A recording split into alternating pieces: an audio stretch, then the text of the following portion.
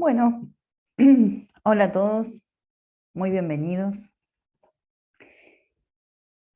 Les voy a contar un poquito qué es lo que vamos a hacer hoy, de qué se trata este espacio. En principio, hoy vamos a tener un conversatorio que para mí se las trae. Ahora les voy a contar un poquito el detrás de escena de este conversatorio, pero antes de eso, a los que recién llegan a la Can Big Data por primera vez, les quiero contar un poquito de qué se trata. En principio me presento, mi nombre es Lara Lisenberg, yo soy la creadora de la Can Big Data, que es un espacio virtual, enteramente virtual, para una transmisión generosa del psicoanálisis. Es un espacio que tiene muchas actividades de psicoanálisis, cursos, charlas, tributos a determinados analistas, presentaciones de libros, reportajes, etcétera, etcétera, etcétera. Pueden ver la actividad de la Can Big Data en la fanpage de Facebook llamada la Can Big Data o en el Instagram llamado la Can Big Data. Pero lo que les quiero contar principalmente es que es un espacio para que los analistas propongan actividades que tengan ganas de realizar. Nosotros proponemos algunas actividades, pero en realidad ese es el puntapié para que ustedes propongan las actividades que quieran realizar, y nosotros lo que hacemos es acompañar el armado de esas actividades, difundirlas, organizarlas para que sean posibles, digamos. Así fue que fueron surgiendo muchas actividades y que van a seguir surgiendo. Actividades para este año, estamos trabajando desde el año pasado, o el anterior, ya no me acuerdo, principios de la pandemia. El espacio es abierto, si alguno de ustedes tiene alguna propuesta, también se están dando talleres, grupos de lectura, etcétera, ¿sí? La idea es que todo lo que quieran proponer es muy bienvenido. Si tienen alguna propuesta, pueden escribir a la dirección de mail, lacanbigdata@gmail.com. ¿Sí? Allí nos pueden contar qué es lo que tienen ganas de hacer. Están surgiendo propuestas, como decía, muy lindas, se vienen cosas muy lindas para lo que queda del año. Pero hoy estamos reunidos acá para un conversatorio que se llama Lo que de la sexualidad concierne al psicoanálisis hoy, que justamente es una invitación a que pensemos, ¿sí? O repensemos de qué se trata la sexualidad para el psicoanálisis a la luz de los discursos de género, de los discursos feministas, de las tecnologías de reproducción. ¿De qué se trata lo que Lacan nos ha planteado respecto de la sexuación a la luz de estos nuevos discursos en esta época? Y para eso me di el gusto, y creo que va a ser un gusto para ustedes también, de invitar a Gabriela Insúa, a Gabriela Pedrotti, a Florentina Gamarra y a pedirle a Nicolás Ceruti que por favor modere este encuentro. No sé si les podría contar algo de ellos. Lo que les quiero contar de ellos es que yo los conocí gracias a la Can Big Data, a todos ellos, no tengo contacto previo con ellos, que para mí es un placer enorme cada vez que tenemos un encuentro, cada vez que tenemos una actividad, que son gente absolutísimamente generosa en su transmisión. Hemos tenido varias charlas antes de llegar acá, internas, digamos, de lo que cada uno iba a presentar hoy, y surgió algo muy bello, que es lo que a mí me interesa que surja en este espacio, que es un intercambio muy sincero, no solamente respecto de lo que cada uno de ellos quiere proponer, sino respecto de los temores, de los nervios, de las inquietudes, de si está bueno o no está bueno lo que voy a presentar, etcétera, etcétera. Es decir, poder poner en expresión el armado, la construcción, ¿sí? Y mostrar algo de esa construcción en el encuentro de hoy. Y esa es la idea también, ¿sí? La idea es que no vengamos a dar clases, la idea es que vengamos a charlar, a intercambiar y a encontrarnos. Y creo que la Can Big Data está logrando eso, estamos logrando eso. Cada uno que se integra y que se suma viene con esa energía, y eso está buenísimo. Así que creo que va a estar imperdible el encuentro de hoy. Ya les digo, si tienen ganas de proponer algo, escriben a lacanbigdata@gmail.com y allí charlamos más tranquilos. Ahora le quiero ceder la palabra a Nicolás, que es quien va a moderar el encuentro y quien nos va a contar un poco de la dinámica, cómo nos vamos a manejar. Nico. Bueno, gracias Lara. Gracias a la Can Big Data, gracias a a las distintas panelistas que van a hablar. Tengo un afecto cercano por cada una y hemos trabajado en otras actividades o con escritos y es cierto lo que dice Lara, hay una transmisión generosa en todas sus propuestas. Generosa es la palabra de Lacan Big Data, pero también generosa es las palabras que las pueden nuclear a estas tres mujeres. El conversatorio se va a desarrollar hablando primero Florentina, luego Gabriela Pedrotti y por último Gaby Insúa. Y también, luego de Gaby Insúa, darle lugar a ustedes a que puedan pedir la palabra, si algo les quedó resonando, poder generar un diálogo. Me parece que este tema, que son temas, porque cada una va a afianzar su particularidad, lo que tiene interesante que sea a través de Lacan Big Data y demás, es que el contexto cambia, que a la vez los discursos cambian, y entonces los estatutos de poder cambian. Me parece que poderse interrogar no es una forma, como un modismo, una generalidad, una forma de decir y ya, sino que acá lo que verdaderamente está ocurriendo y va a ocurrir es que son tres mujeres que no solo se interrogan en sus prácticas, no solo se interrogan en sus teorías, no solo interrogan a la teoría y se dejan nutrir de otros discursos, sino que eso nos lo van a brindar ahora, en este momento. Y a mí me parece importantísimo porque cada una de ellas tiene sus espacios donde pueden interpelar, sentirse más o menos cómodos con las transferencias que tengan nucleadas. Pero ahora en este conversatorio, y gracias a este estatuto medio de la generosidad, también se conserva, lo que dijo Lara, cierto temor. Me parece que no hay que abandonar el temor en el decir, porque ese temor tal vez nos va a dar la pauta de que no la tenemos ni tan clara, ni tan cierta, ni que la transferencia con los conocidos cierre lo que podamos decir. Entonces es importantísimo lo que va a ocurrir hoy, porque cada una de ellas tiene un decir particular, pero cada una de ellas se brindó para ser interrogada por las otras y por ustedes que quieran participar. De más está decir que yo no he visto ningún otro espacio donde la persona que promociona el espacio les dice así al grueso de la gente: el que quiera mandar una propuesta la mande, el que quiera hablar, hablamos. O sea, acá no tiene que ver con ningún título, tiene que ver con la posibilidad de generar verdaderamente una horizontalidad y generar eso en la palabra, en lo que uno venga a proponer.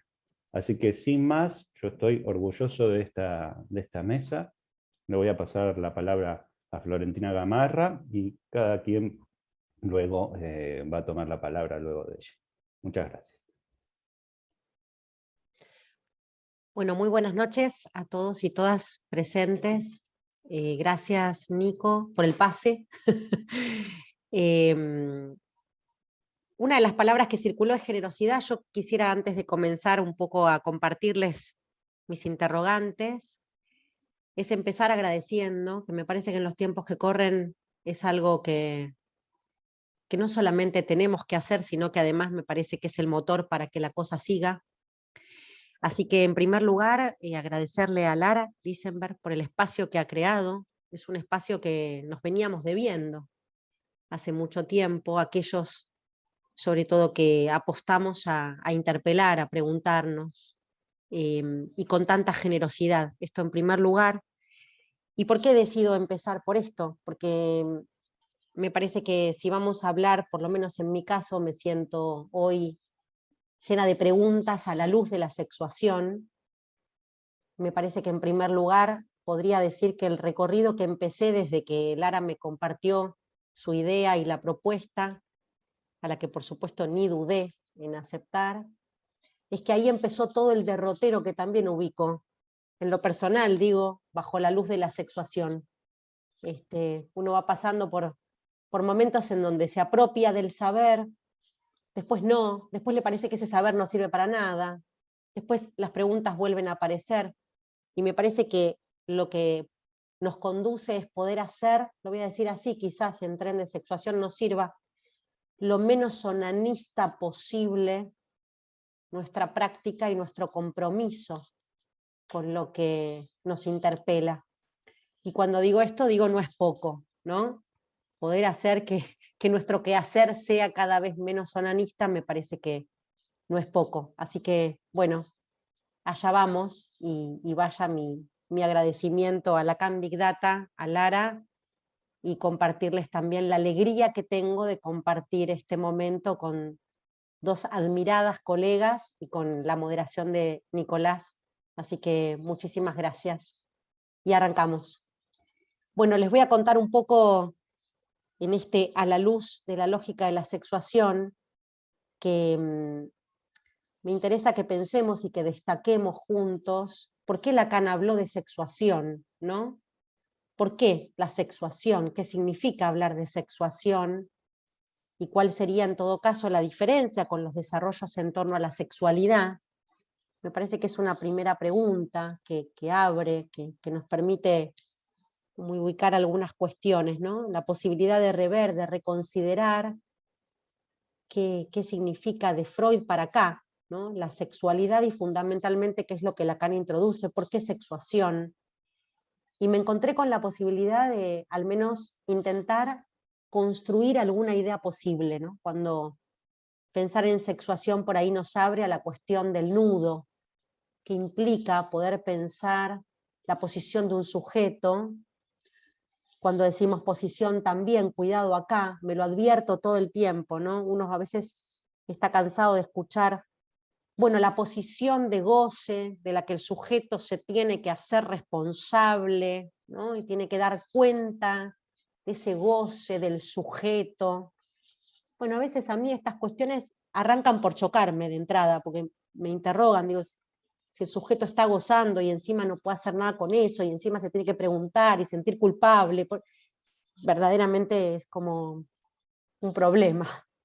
Y me gusta pensar la sexuación como esto que Lacan nos propone también, ¿no? Una posición tomada desde esa insondable decisión del ser, de la cual hay más atolladeros inconscientes de los que uno puede dar cuenta a veces.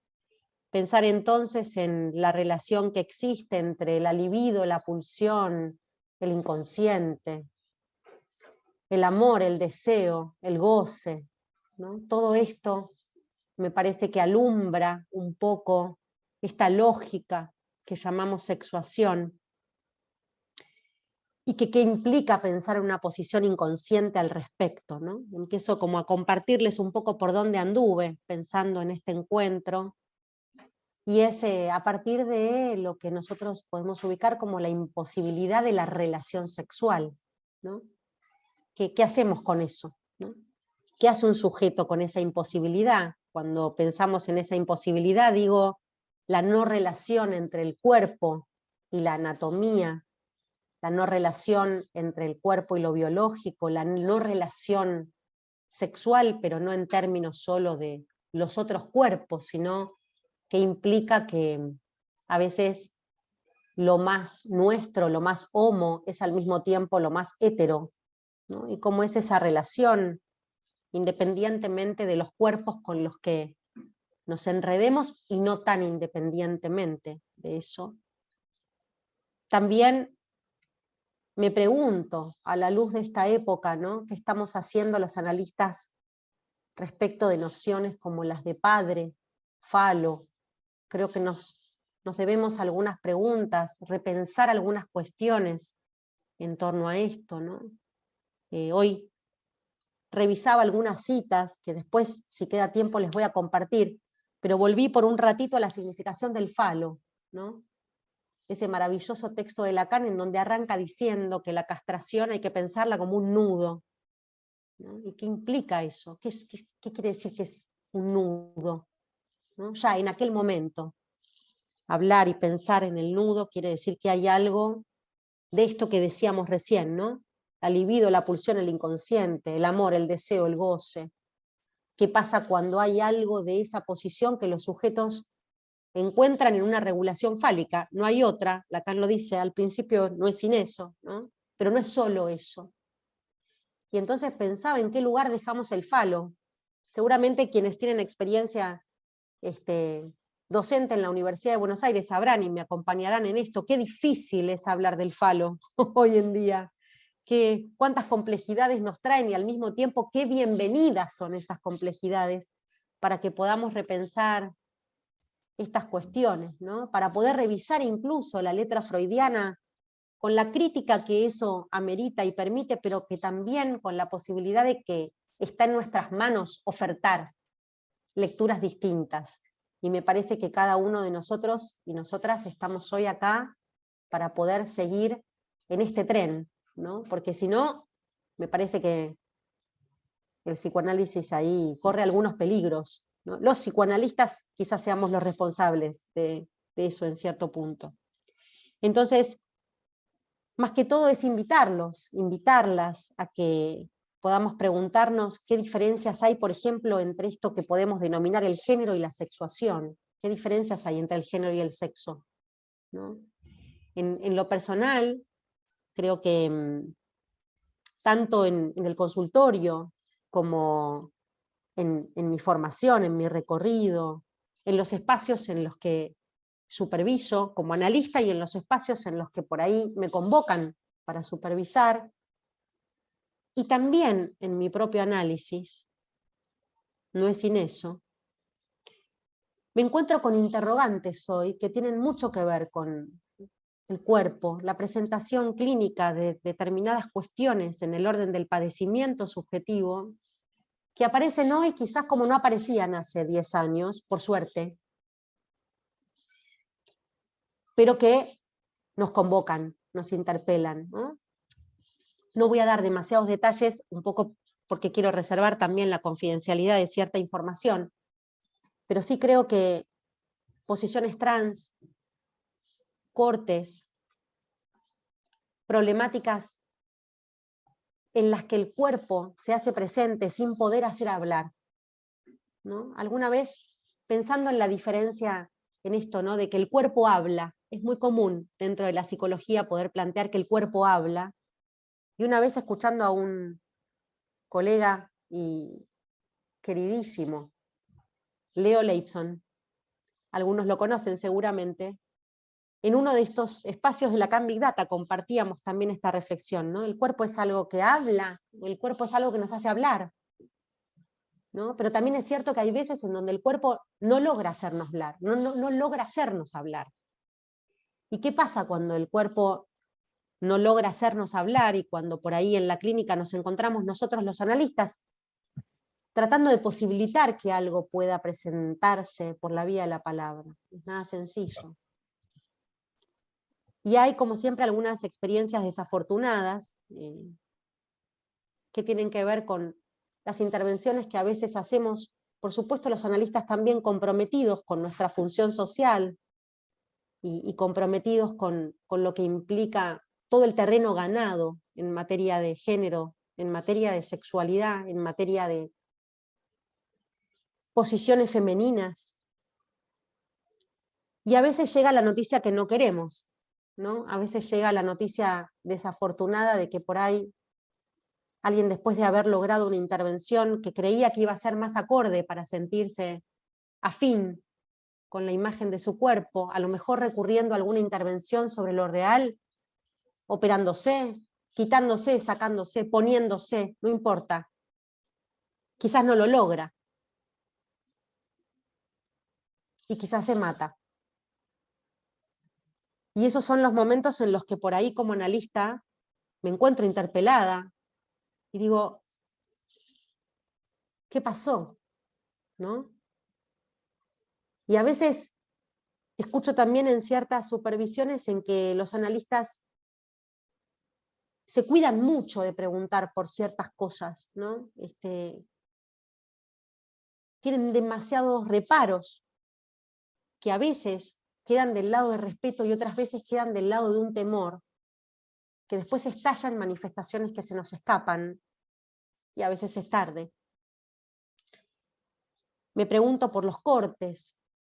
Ningún corte es igual a otro en el cuerpo, digo. Hay cortes que apaciguan, cortes que desesperan, cortes que dañan, cortes que no separan, cortes que unen, cortes que tienen la finalidad de producir efectos que a veces no están al alcance de la palabra.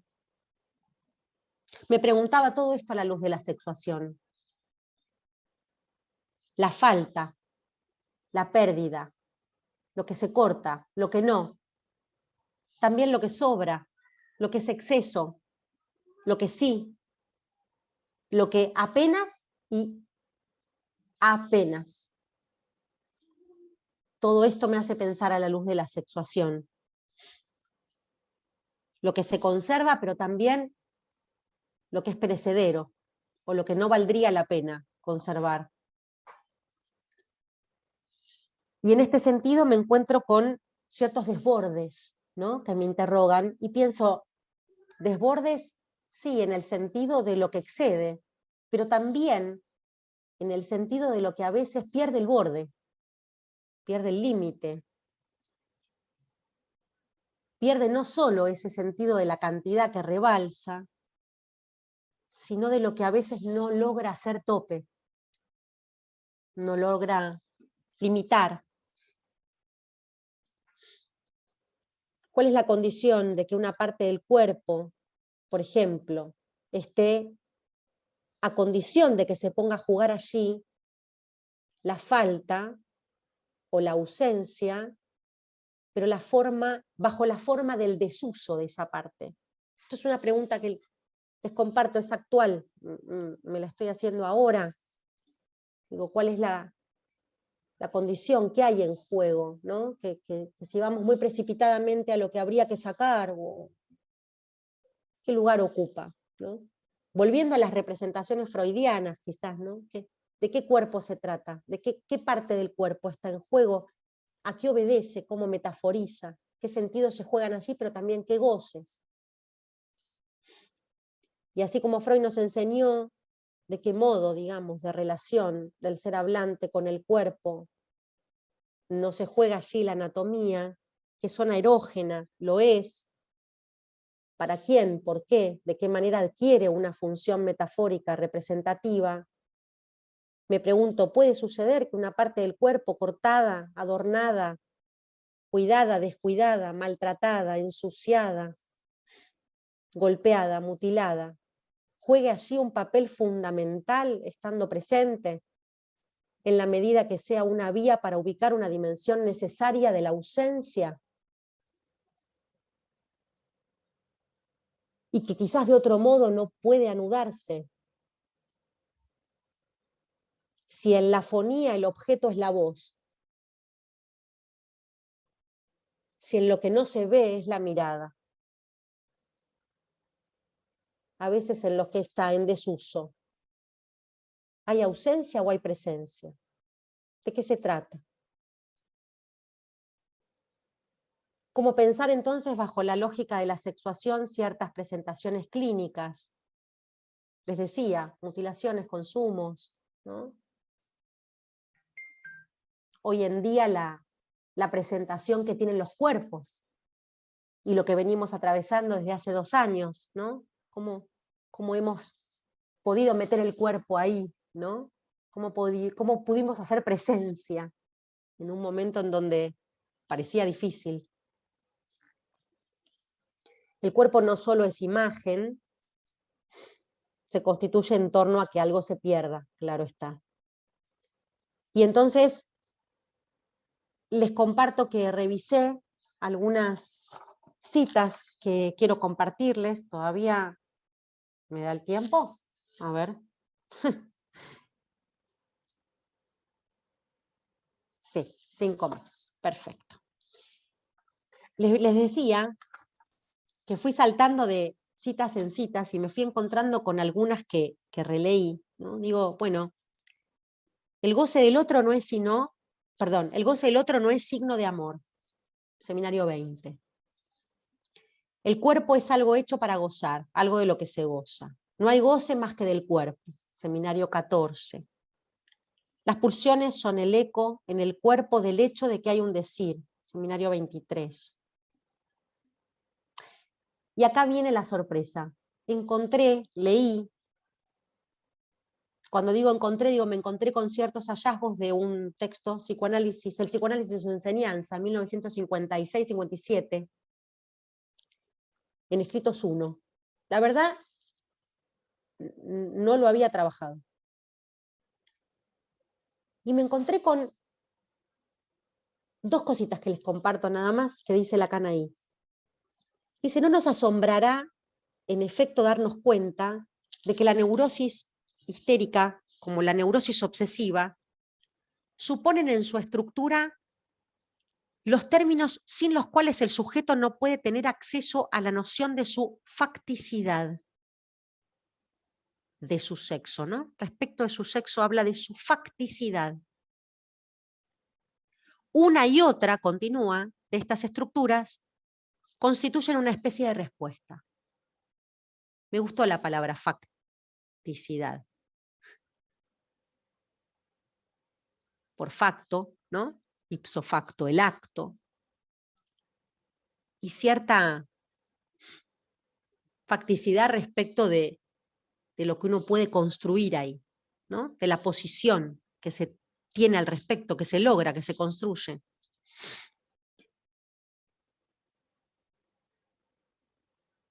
Y dice, pues hombre o mujer puede que no tenga que presentar al otro real más que con ese otro modo imaginario en el que no ha reconocido su ser. Entonces, ¿cómo puede alcanzar su objeto?, se pregunta Lacan en ese mismo texto. Pues ese otro real no puede encontrarlo sino de su propio sexo. Pues es en ese más allá donde llama a lo que puede darle cuerpo. Y eso por no haber sabido tomar cuerpo más acá. El psicoanálisis y su enseñanza en 1957. Y hay otras citas, ¿no? Lo que suple la relación sexual es el amor, Seminario 20. Solo el amor permite al goce condescender al deseo, Seminario 10. No hay relación sexual porque el goce del otro, considerado como cuerpo, es siempre inadecuado, Seminario 20. Entonces, ¿cómo hacemos los analistas para jugar en esta lógica del no todo? ¿Cómo hacemos al mismo tiempo para no todologizar? Me preguntaba, porque a veces los analistas todologizamos. El no todo como un modo de hacer entre contingencia e imposibilidad.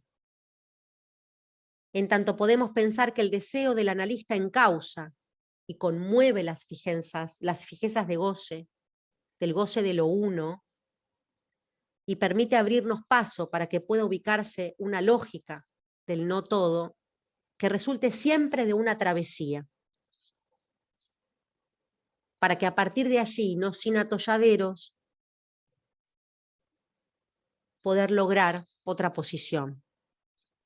Creo que de eso se trata nuestra interpelación, nuestra práctica y nuestros interrogantes. Bueno, creo que llegué con el tiempo ahí. Así que... Gracias, Florentina. A ustedes. Vayan como tomando notas, las veo a varias tomando notas como para después animarse a la conversación con ella o en general. Ahora le paso la palabra a Gabriela Pedrotti. Bueno, buenas noches. Estoy muy contenta de estar hoy acá. La verdad que hasta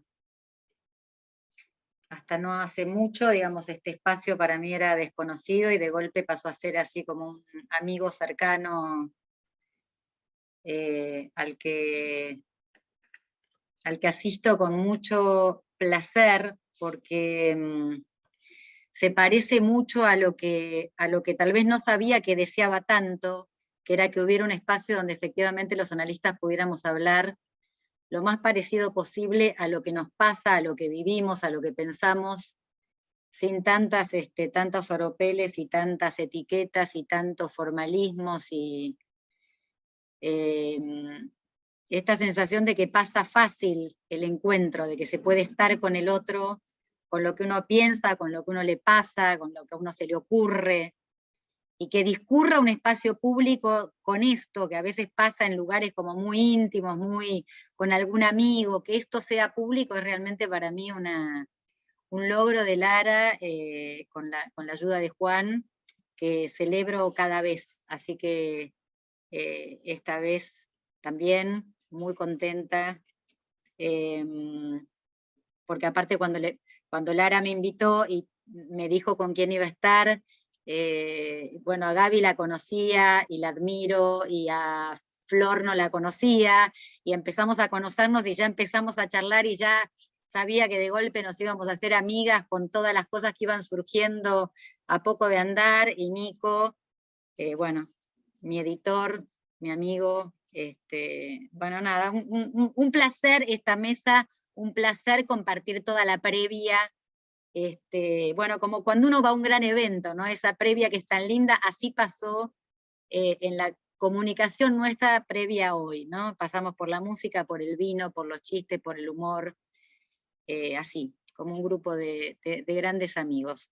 Así que celebro estar acá, porque por otro lado, este tema me pasó como cuando entré a la escuela freudiana hace más de 30 años, y dije, ahora voy a entender lo que es la pulsión, el inconsciente, y estuve en la primera reunión y no entendí absolutamente nada, y creo que hoy, a 30 años de estar ahí, estoy en las reuniones y digo, pero cada uno entiende algo distinto. ¿De qué hablan? A veces pienso que hablamos de ciencia ficción, que vuela el falo, la pulsión, el inconsciente, y no se entiende nada. ¿Dónde estamos? Hablamos en chino, en japonés, no es que la cambia a China, nosotros a Japón, nosotros hablamos en chino, bueno, en fin.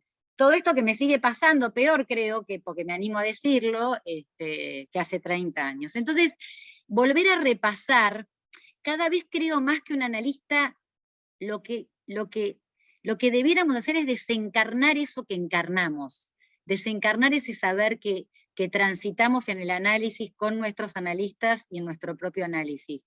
Tratar de ponerlo en nuestras palabras, tratar de decirlo como nos pasa, como nos llega.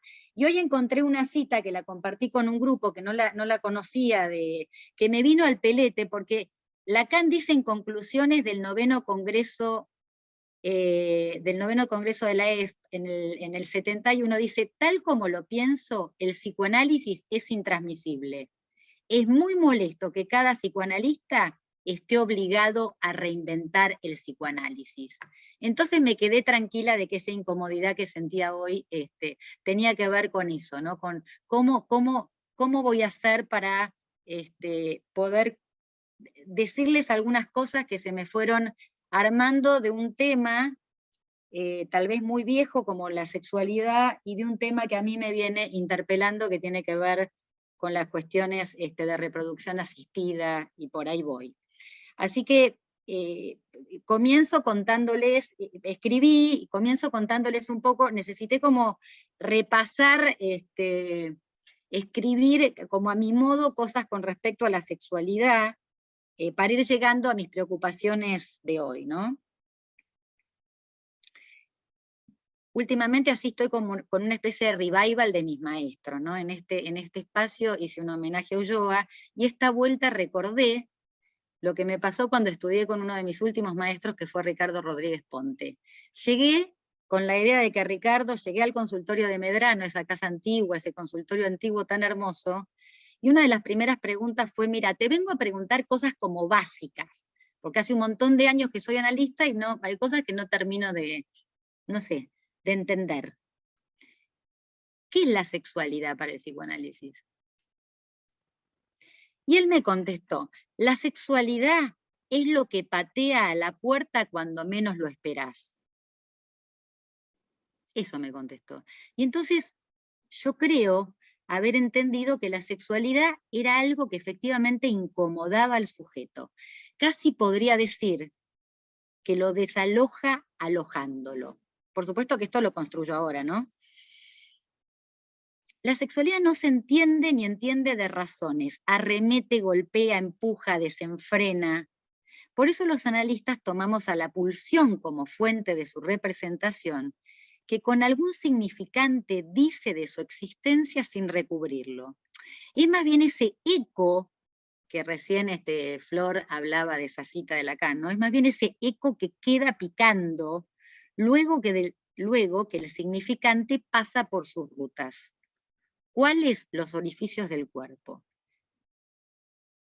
La sexualidad es un agujero que drena sin sentido, pero un sinsentido que se ficciona justamente para darle sentido a la vida.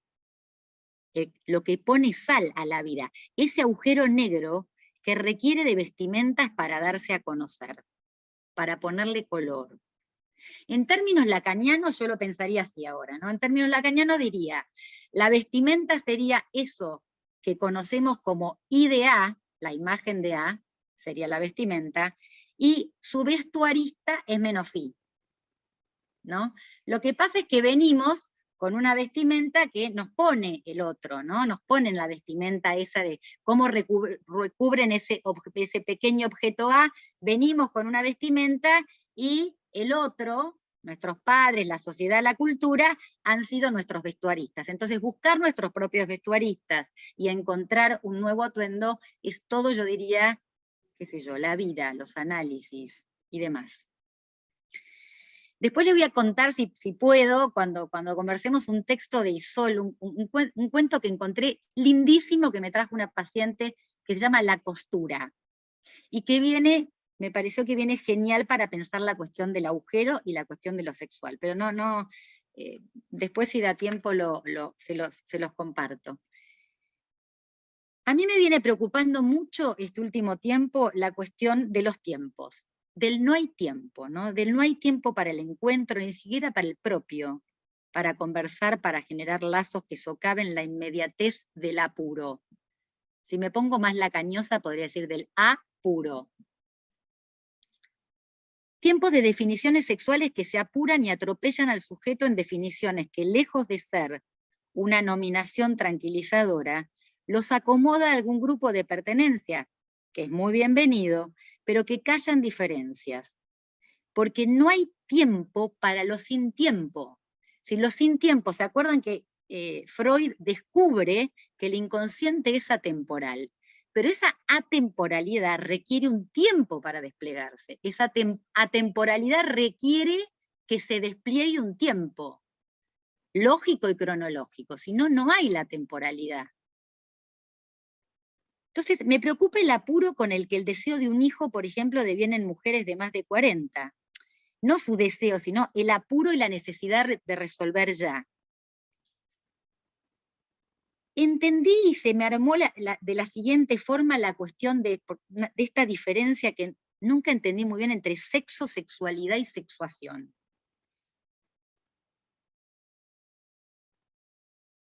La sexualidad como la demanda del otro, la entiendo como la demanda del otro en la erogeneización del cuerpo del sujeto.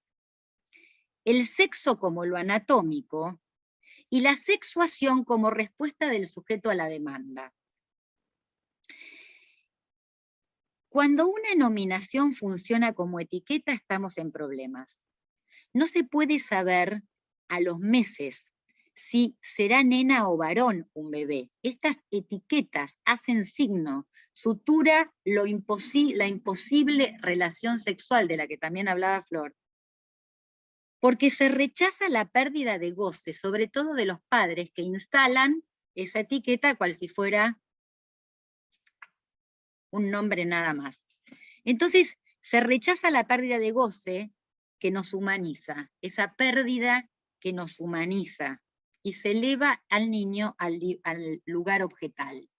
Ya Foucault decía con su cuaternidad, ¿no? Él hablaba de la esterilización de la mujer, de la perversión del hombre, de la pedagogía del niño y de la procreación, hablaba de cómo estos lugares crearon disciplinas, a partir de estos lugares se crean disciplinas de poder donde se encierra la sexualidad, ¿no?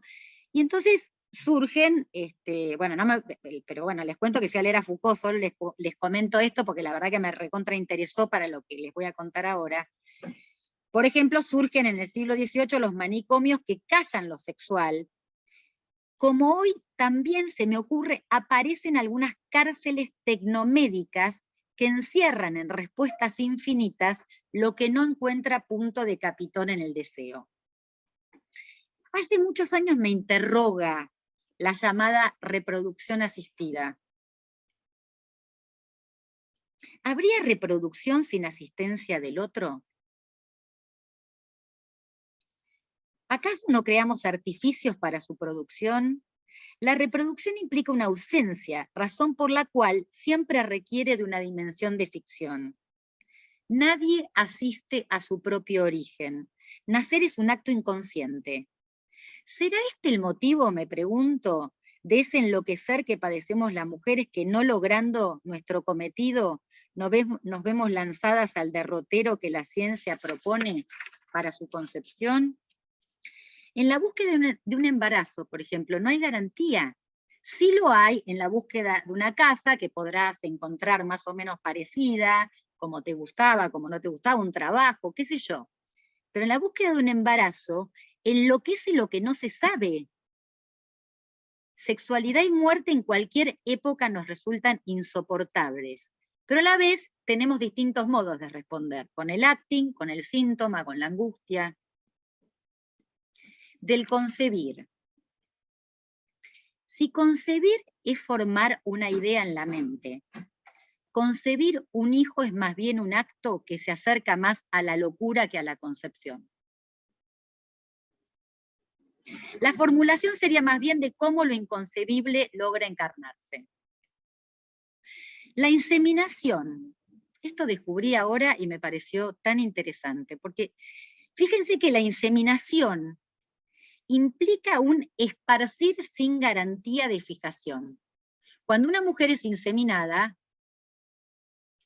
que muchas veces dice, me implantaron, no implantaron nada, la inseminación es a través de una especie de inyección, el semen pasa al cuerpo de la mujer, ¿no? Se insemina a la mujer con el semen de un banco donante o de la pareja. La inseminación implica un esparcir sin garantía de fijación. Lo contrario del fantasma, diseminar sin aún comprender la forma en la que devendrá lo concebido. Carne nueva o quedar en carne viva. Doliente instancia en que la herida de castración no es más que el silencio de lo imposible de nombrar.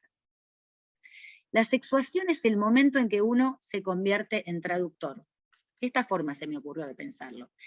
La sexuación es el momento en que uno se convierte en traductor, porque lo indescifrable requiere de un esfuerzo de lectura. El sentido se extravía en la extrañeza de lo que no lo tiene. La sexualidad irrumpe como lo extraño.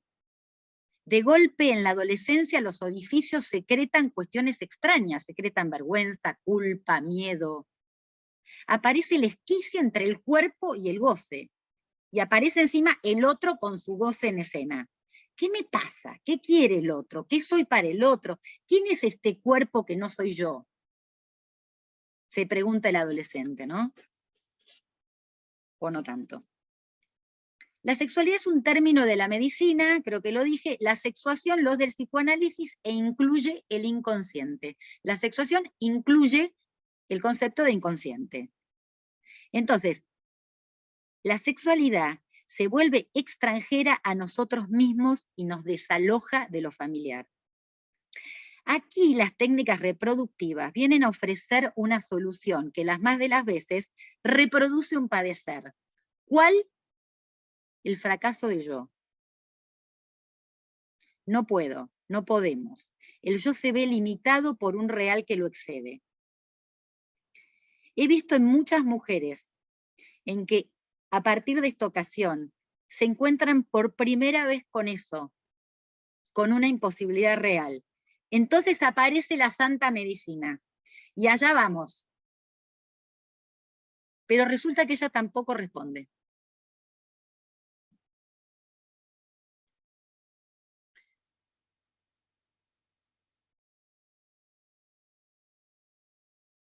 Lo sexual pone en marcha lo inhóspito, lo no hospitalario, ¿no? Por ejemplo, y entonces aparecen aparecen los fantasmas con lo que se recubre lo sexual. Por ejemplo, recuerdo a partir de una entrevista a una pareja que tenían que hacer un tratamiento de ovodonación, ¿no? O sea, la mujer iba a recibir un óvulo de otra mujer, y recuerdo a su pareja, varón, decir, yo no voy a hacer eso porque yo no le fui nunca infiel a mi mujer, no lo voy a hacer ahora. ¿Se entiende? Su esperma iba a fecundar el óvulo de otra mujer, él dice, no le voy a ser infiel a mi mujer ahora. En 3 ensayos, Freud plantea lo degenerativo, ¿se acuerdan? Plantea lo degenerativo cuando habla de la sexualidad como perversa polimorfa, habla de lo degenerativo. De generación en generación, pensé. De generación en generación. Algo pasa de lo que no pasa. De generación en generación, algo pasa de lo que no pasa. Pasa el sinsentido de lo sexual de generación en generación, que nos convierte en su aceptación a todos como héteros, habitados por la diferencia. ¿Qué es esto? No hay recubrimiento de la palabra al cuerpo. Y vuelvo a la pulsión como eso que se cuela entre las palabras, eso que mueve a las palabras, que motoriza las palabras, ese eco en el cuerpo del hecho que hay un decir. Ahora bien, decimos, buscar un hijo. Pero ¿hay alguna manera cierta de buscar un hijo? Un hijo es la aproximación más carnal a lo que no se tiene idea. Buscar un hijo es desarmar cualquier mapa preconcebido porque falla. Un hijo es la falla y la sutura. Pienso, ¿no? Un hijo es la falla y la sutura, al mismo tiempo. La ciencia ofrece tablas de ovulación, de temperatura, termómetros, donde se apoyará el deseo hasta que el instrumento demuestre la impotencia de lo que él no abarca. La sexualidad de la pareja se ve invadida por una terceridad técnica, que lejos de producir placer, lo corrompen. Ni vibradores, ni juguetes para desplegar fantasías, pequeños instrumentos que controlan el acto. Hay que coger el día 14 a las 9 de la mañana, a las 6 de la tarde, estés de mal humor, angustiado, herido de muerte, lo que fuera, hay que estar bien, el tipo se tiene que lucir, la mina tiene que estar, que tiene que lubricarse, y le tienen que pasar un montón de cosas que le tienen que pasar porque es ahí, son 2 o 3 días donde eso tiene que pasar. Por supuesto que si de repente, como una pareja que le pasó que se le inundó la casa, se subieron arriba de la mesa, no pudieron coger arriba de la mesa, y entonces, no porque se caían objetos, el ruido los distraía, la casa estaba inundada, entonces la culpa y el silencio, ¿no? Porque ¿a quién contarle esto? Entonces aparece, pero si hicimos todo bien, ¿qué falló? Dígame, doctor, ¿qué hicimos mal? Entonces se moraliza lo real, ¿no? Tratando de encontrarle un sentido. Y no se entiende y no se explica y desespera a lo que la medicina no puede responder porque responde con números. Bueno, esperen, seguramente el próximo, ¿no? Responde con números, con estadísticas. Estadísticas en las que uno nunca entra, ¿no? Porque vieron que es como el campo en ese momento también de las amigas que te dicen, vos porque no te relajás, porque no te vas de vacaciones, porque trabajás mucho, ¿no? Y uno se fue de vacaciones, se relajó, subió las piernas para arriba, hizo todo lo que supuestamente, y entonces, pero no pasa, porque a uno no le toca a otras, y a uno no le toca. No hay comprensión, los meses comienzan a ser un arcoíris en paleta de grises cada vez más opacos.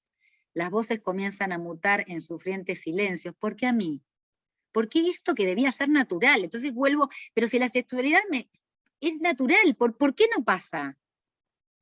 Entonces el derrotero pasamos las mujeres del sacrificio a la errancia.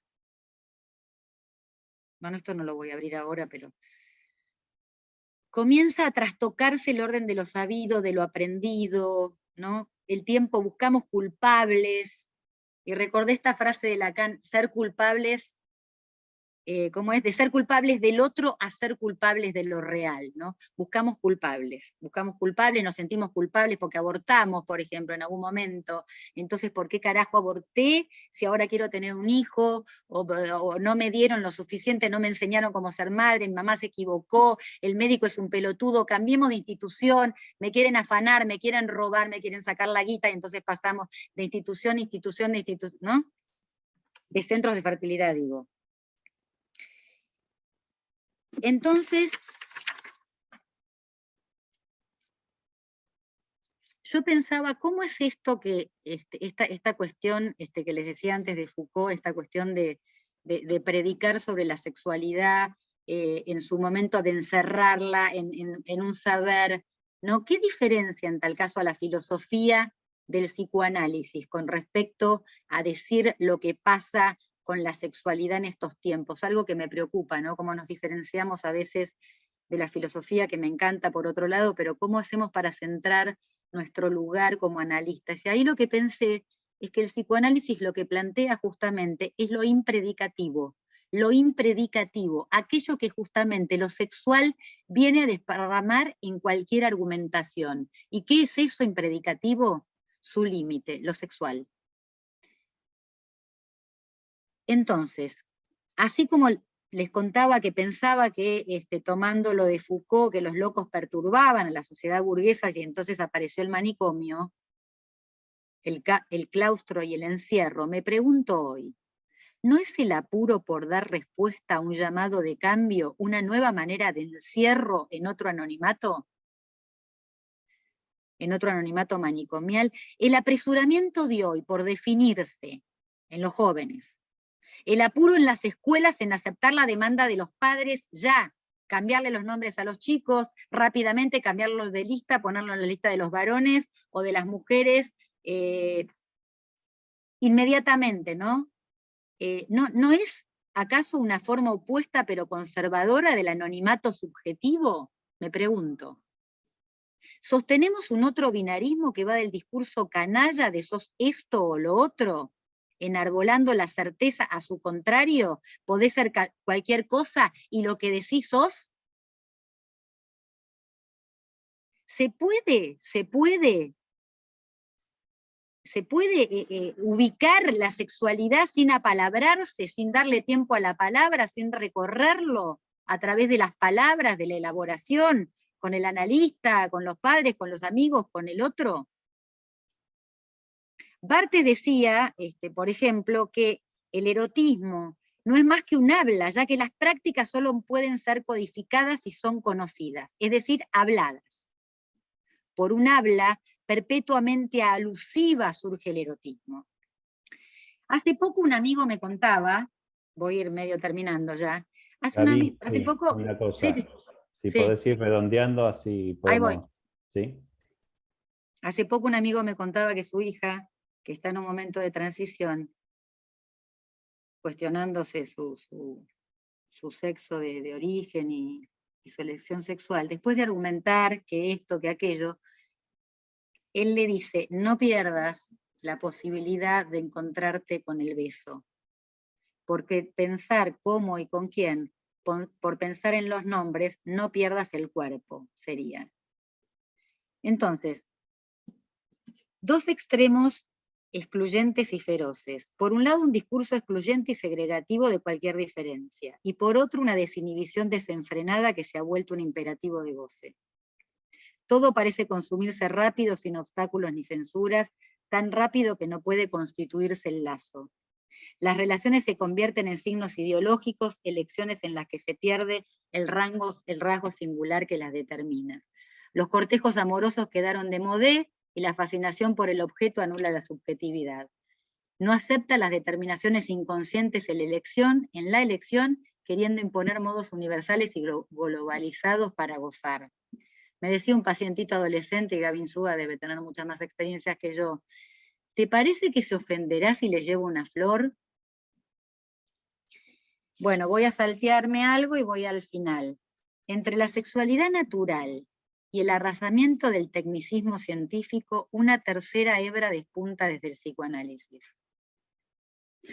Entre el sacrificio y la errancia, el singular deseo despunta. Deje de joder. Ese cuerpo No, mañana tarde se los hago. Perdón, pido si puede, Cintia, ¿podrás silenciar tu micrófono, por favor? Gracias. Porque me pregunto, ¿lo médico puede condicionar o inmiscuirse en el cuerpo de una mujer? Pero ¿cuál es el cuerpo del deseo? ¿Es ese cuerpo del organismo que se pone ahí, se aloja en la camilla del médico? Porque en mi experiencia, ese cuerpo que se puso a jugar durante 10 años haciéndose tratamientos, realicé 8 inseminaciones y 14 in vitros, y el cuerpo que realmente me volvía loca, era el cuerpo del deseo, el cuerpo que de pensar en no poder tener hijos, porque tenía claro que eso era lo que deseaba, me volvía loca. Ese cuerpo del deseo estaba herido.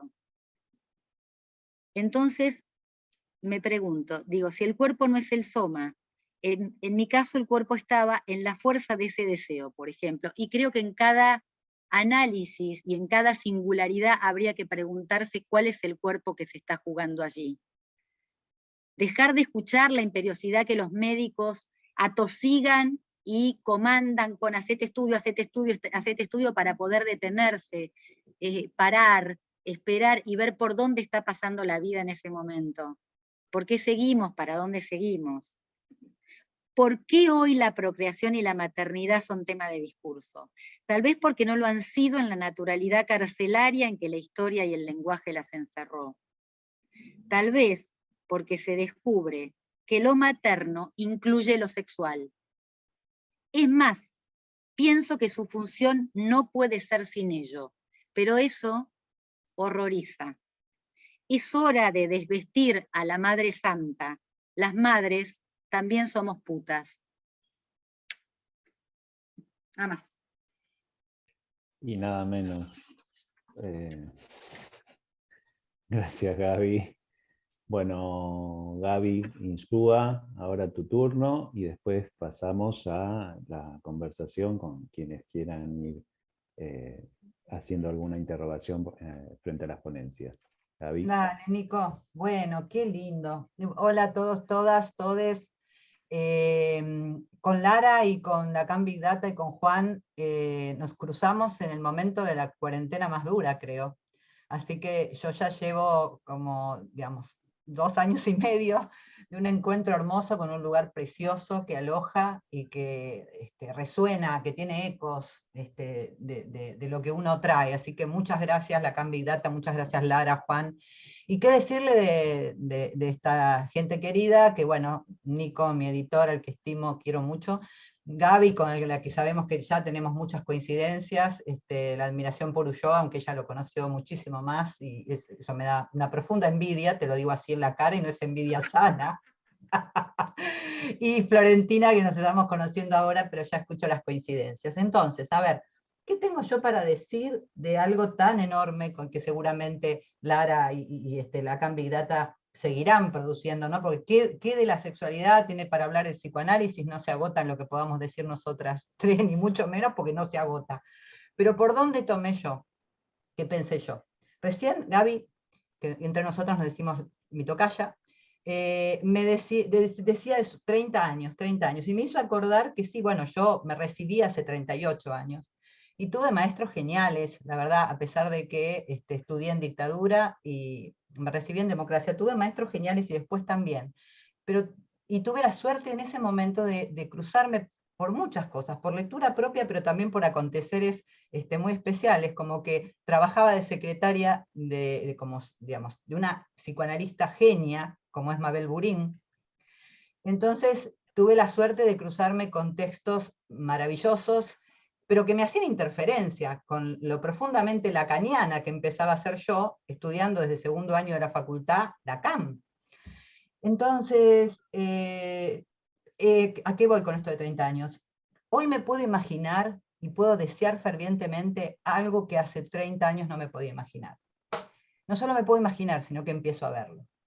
Y es que en los foros, en las escuelas, en los grupos de psicoanalistas, haya colegas trans, colegas no binarios, ¿sí? De hecho ya les hay, ¿sí?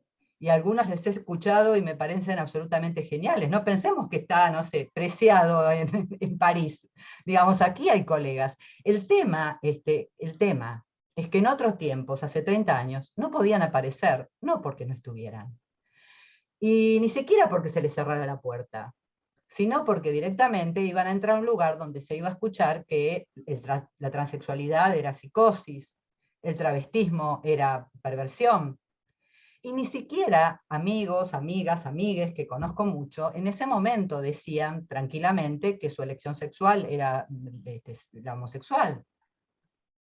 Hoy esto, por suerte, tenemos la suerte y hemos hecho trabajo para que hoy sí podamos verlo. Para que hoy podamos, como yo hace poco, asistir a una charla de una colega trans, y que ellas dicen muchas veces, che, está bien que los cis, yo soy cis heterosexual, me fue por ahí la cosa, está bien que los cis hablen de nosotros, pero estaría bueno que nos puedan empezar a escuchar. Y es cierto, ¿no? Porque nosotros hablamos de lo no binario, de lo trans, hablamos de un lugar, sí, que bueno, que tiene que ver con lo que podemos teorizar, pensar y demás. Bueno, todo esto me da mucha alegría. Me da mucha alegría que esté empezando a pasar esto, pero no olvidemos que todavía algún colega no binario, trans, se va a encontrar con que en escuelas de psicoanálisis se siga hablando de lo trans como El sillón. No. como patologizado, digamos, como patologizado. Y Sí, también, por favor, perdón, Gaby. sí. Gracias. Y también alguien no binario, sobre todo adolescentes no binarios, se van a encontrar con que por ahí algún analista los reciba y les ponga cara de, y si hacemos una interconsulta con psiquiatría, porque esto lo escucho, no es que lo invento, lo escucho. Me llegan adolescentes que vienen de consultas en psiquiatría porque se dijeron no binaria. Entonces, a lo que digo es esto. Yo, digamos, me he sentido causada hace muchos años ya por la clínica con lo traumático y la clínica con los acontecimientos traumáticos y la clínica con adolescentes. Entonces lo que voy a aportar, lo que voy a decir es algo que escribí en relación a la posición del psicoanálisis frente al género y la diversidad, la que yo creo, la que yo sostengo, y el tema del tiempo que traía Gaby, ¿no? En relación a, coincido totalmente con lo que acaba de decir del apuro, pero también hay en los adolescentes una posición de justamente no dejarse apurar. Les leo algo que escribí. Bueno, a ver, yo hace un tiempo, en unas jornadas, presenté un trabajo que titulé ¿Es el psicoanalista lector si su lectura omite el acontecimiento epocal donde el sujeto se recorta? Esto lo escribí hace, yo creo que 5 años fueron esas jornadas. Para mí la respuesta era obvia, no puede. No puede el psicoanalista leer si recorta el acontecimiento epocal. Bueno, no fue tan obvia para muchos colegas.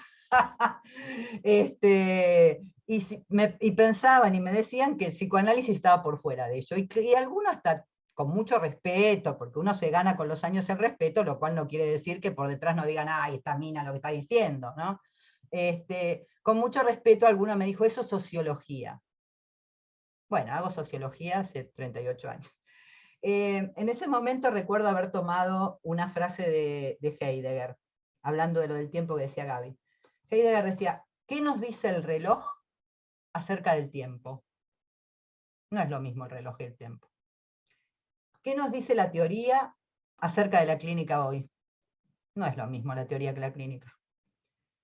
La pregunta que nos hace Heidegger me interroga acerca del obstáculo que puede implicar quedar tomados por la herramienta del dispositivo, de la teoría, el reloj, supongamos, dando de suyo que con ello estamos escuchando al sujeto, el tiempo.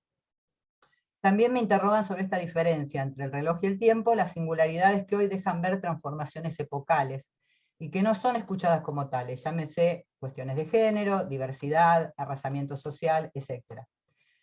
De esto hace varios años ya, y sin embargo parece que todo el tiempo irrumpen custodios de los libros sagrados que se molestan con quienes incluimos en la escucha lo que se dio en llamar perspectiva de género y perspectiva social.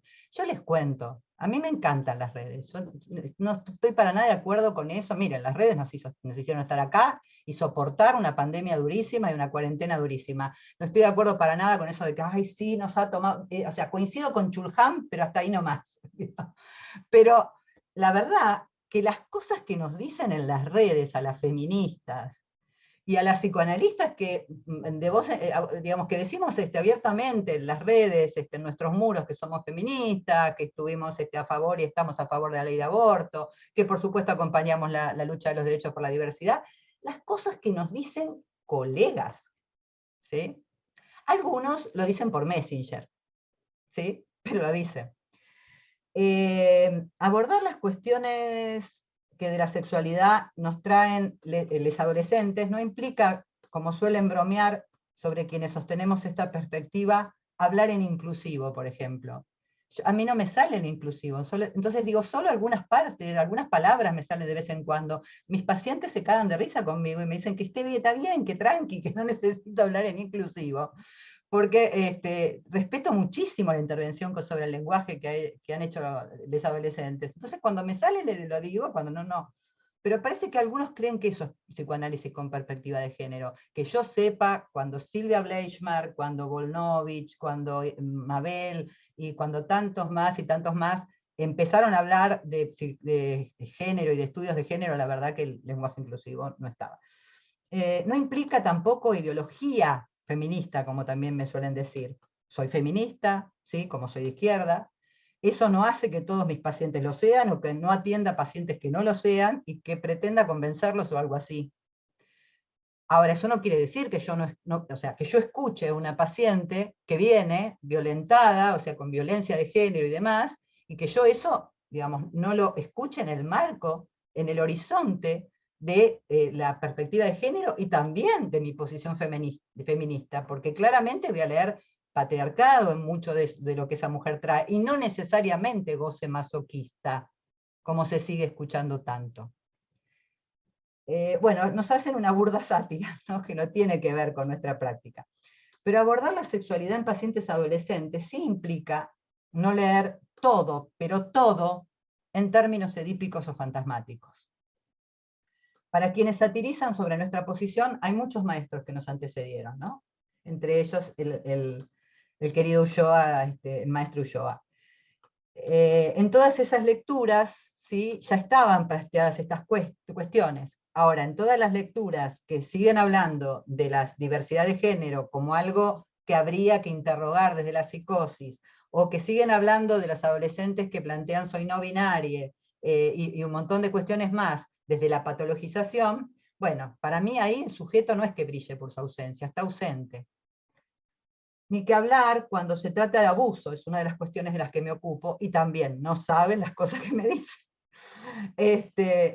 Ni que hablar cuando se trata de abuso, donde el ya no creo más en mi neurótica rige tantas orejas, a pesar de que el propio Freud, en Introducción al Psicoanálisis, texto de 1916, dice, no creáis, sin embargo, que el abuso sexual cometido con niños por sus padres o parientes más próximos sea un hecho perteneciente por completo al terreno de la fantasía. O sea, Freud se dijo y se desdijo, no nos olvidemos, admiro profundamente el logro freudiano, pero también como un hermoso libro que sacó, aquí saquearon acá los amigues de la Furia, editora, ¿no? Retrato de Dora, un libro sobre Dora que tuve el gusto también acá en la candidata de comentar.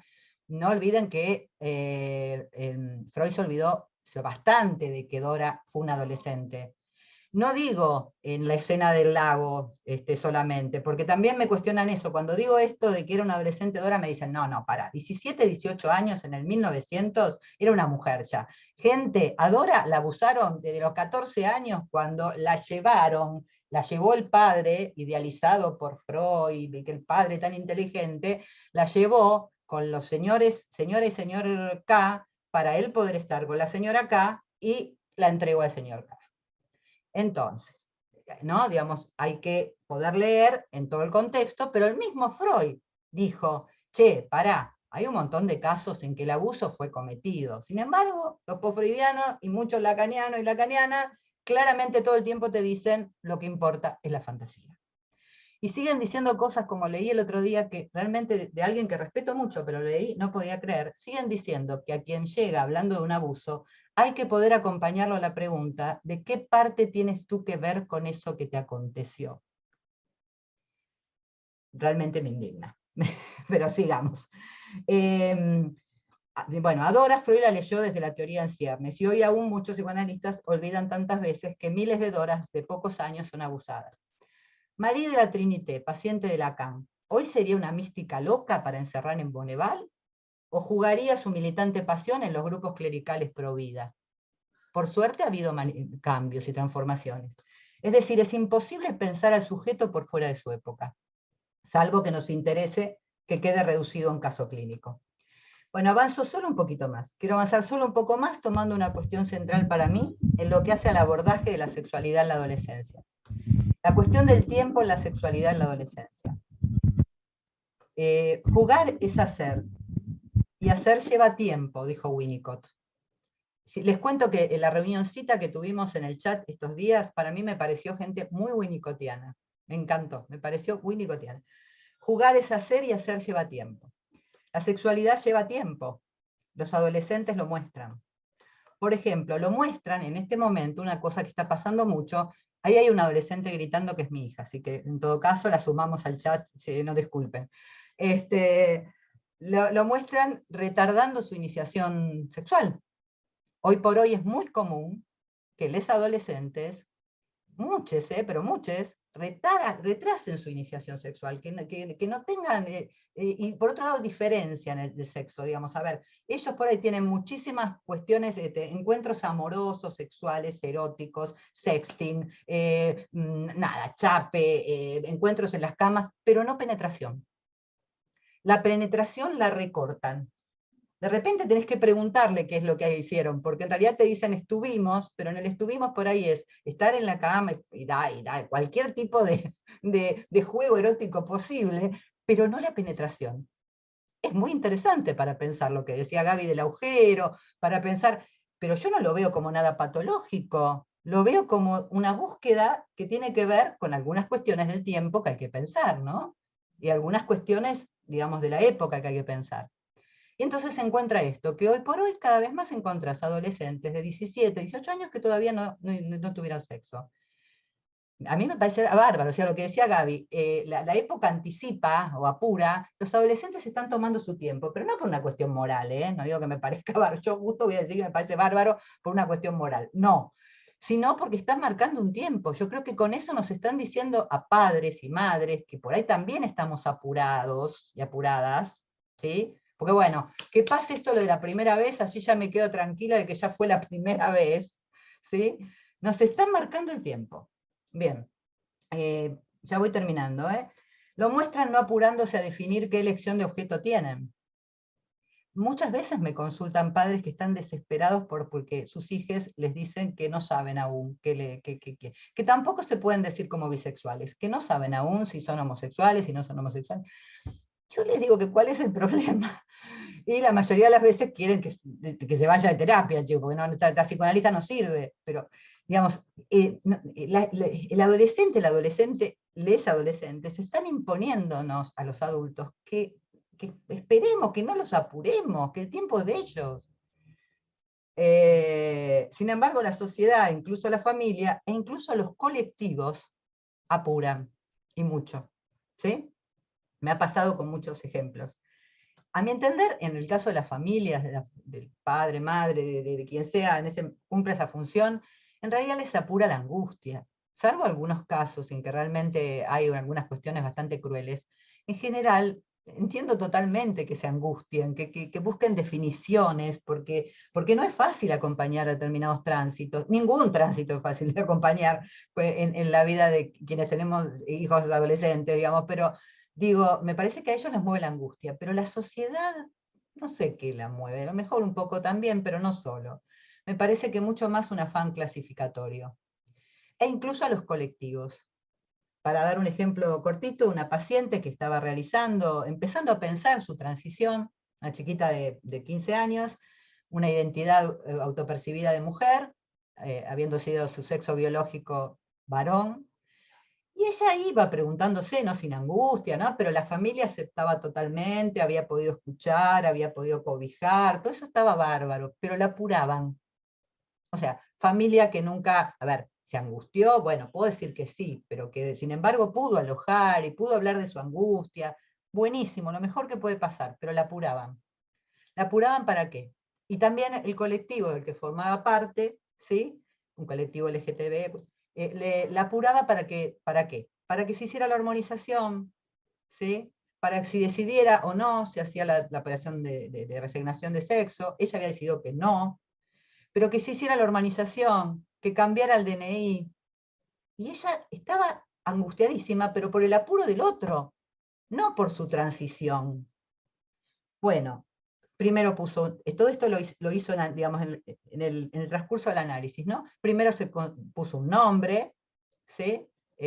Después hizo el documento de identidad, y decidió que no iba a hacerse la hormonización.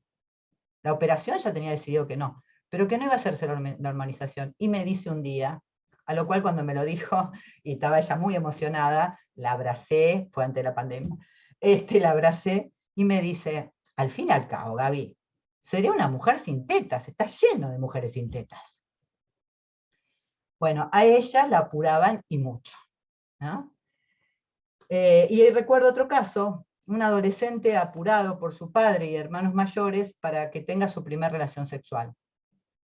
Incluso a este adolescente le decían, si es con tipos, está bien, pero dale, flaco, tenés 18 años, o sea, no tenemos problema. ¿Sos gay? Pues si sos gay, está todo bien que sea con tipos, pero dale, flaco. Bueno, entonces, esto refleja, como digo, la angustia de los adultos, ¿sí? Y también la respuesta, el tomarse su tiempo de los adolescentes, que muestra, digamos, cómo se restan del otro hoy, de estas maneras y muchas otras. Por ejemplo, es sumamente común que si ustedes agarran, no sé, un curso, segundo año, por ejemplo, 14 años, agarran todo el curso, es muy común que el 80% del curso les diga que son bisexuales. ¿Sí? Es de lo más común. La verdad que encuentro que dentro de quienes se dicen bisexuales, montones de veces que hay algunos que siempre tienen como objeto sexual uno determinado, ese y no otro. Pero el decirse bisexuales es una manera de frenarnos a el mundo adulto para que dejemos de romper con que se tengan que definir. ¿Sí? Entonces, por ejemplo, y esto nada más para terminar, ¿qué puede hacer hoy o qué puede decir hoy el psicoanálisis acerca de la sexualidad de los adolescentes? Lo que yo puedo decir es que los adolescentes cada vez más, en la medida que pueden, los adolescentes que pueden, porque sabemos que vivimos en un país donde el 50% de los adolescentes y los niños están bajo la línea de pobreza, así que ni siquiera se pueden plantear muchas cosas, pero les que pueden, nos están diciendo a los analistas que acompañemos. Acompañar es una palabra que también me han criticado mucho, pero que supongo que Gaby, que conoció tanto a Ulloa, la debe respetar como yo respeto la palabra acompañar. Creo que los psicoanalistas acompañamos. Los acompañemos a que su tiempo sea respetado. Si como analista consigo eso, yo siento que como analista puedo hacer mucho en relación a ese paciente, ¿no? Entonces, nada, esto fundamentalmente, compartir esto con ustedes, y nada, estoy muy contenta de estar acá nada más. Eso. Gracias, Gaby. Gracias. Bueno, verdaderamente un lujo. Me gustaría que si quieren ir tomando la palabra, ir diciendo algo, haciéndose eco un poco del decir.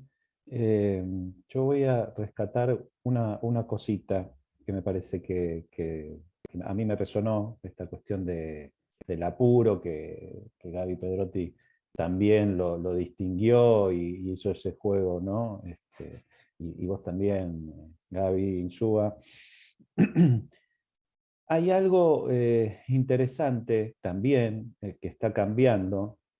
Ustedes hablaban de la transmisión de una reinvención, o sea, como uno tarda mucho tiempo en adquirir un saber, también tarda al mismo tiempo en desintoxicarse de ese saber para hacer algo al respecto, para poder decir lo que están diciendo ustedes. Yo creo que grandes estudiosas de todos los saberes y de todas las frases que nos han empapado, pero también un largo trabajo para que todas esas frases vayan cayendo, salvo en esa analista, ¿no? que dice que tienes que ver tú ¿no? Bueno, como que en ese punto hay que hacer un trabajo para desintoxicarse de cierto saber, para apropiarse de cierto saber que está en riesgo porque es un saber que implica una invención. Y en ese saber que implica una invención, también está en riesgo los adolescentes, están en riesgo los adolescentes, porque ellos mismos arman discursos. No creo que sea solamente los adultos bajando línea, sino como vos puntuabas, los distintos discursos, y ahí ya no tiene que ver tanto con la edad, armando lógicas para proveerse de nombres, proveerse de sentimientos, proveerse de poder nombrar sentimientos y demás. Entonces, los mismos niños, adolescentes, están, y por los medios de comunicación y por las redes, están nutridos de un discurso que muchas veces incluso los adultos estamos por fuera. Y hay también una reinvención en todo esto. Entonces no es solo el psicoanálisis el que se enfrenta a replantearse todos los conceptos e intentar una transmisión de la reinvención, sino que nos topamos con los discursos, si quieren, estallados, los discursos en permanente discurrir, a los cuales no entramos y no pertenecemos, porque no entramos en esa red, no entramos en esa red donde se están hablando de esos discursos y se están nombrando esas palabras y se están generando esos sentimientos, y el psicoanálisis intentando hacer algo al respecto. Entonces me parece que si el psicoanálisis hoy puede hacer algo con la sexualidad, es nuevamente un desafío a hacer algo con la posibilidad de que la palabra se reinvente. De esto nosotros sabemos porque en cada atención está la reinvención de esa palabra que cada uno tomó del otro y la soportó en su cuerpo. Como decía Florentina, lograr, ¿no? Algunas veces no se logra que el cuerpo hable, lograr que el cuerpo hable, lograr que la palabra aparezca, lograr reinventar juntos, ¿no? Ese discurso que aloje un poco, hoy hablamos de subjetividad, esto, lo otro, pero que aloje un poco todo esto. Me parece que esto es lo que está atravesando este espacio, ¿no? La posibilidad de una transmisión, de una reinvención a todo nivel, adulto, adolescente, problemática del feminismo, del psicoanálisis y demás. Yo creo que en ese sentido me quedo con un montón de cosas para pensar y es muy enriquecedor lo que han dicho, me parece que también. Los temas que han dicho, o sea, yo siempre soy mal hablado por momentos, dejémonos de joder, o sea, que el psicoanálisis esté hablando de esta manera, es como, dale, al fin, ¿no? Todo lo que dijo Pedrotti es como, yo hace un montón que le estoy pidiendo a Pedrotti que haga algo al respecto con ese texto. Por favor, tengo un montón de pacientes que necesito leer un libro sobre reproducción asistida porque necesito material enriquecedor. No puedo ir a Freud y a Lacan a que me hablen de reproducción asistida. Entonces necesito un poco ese material.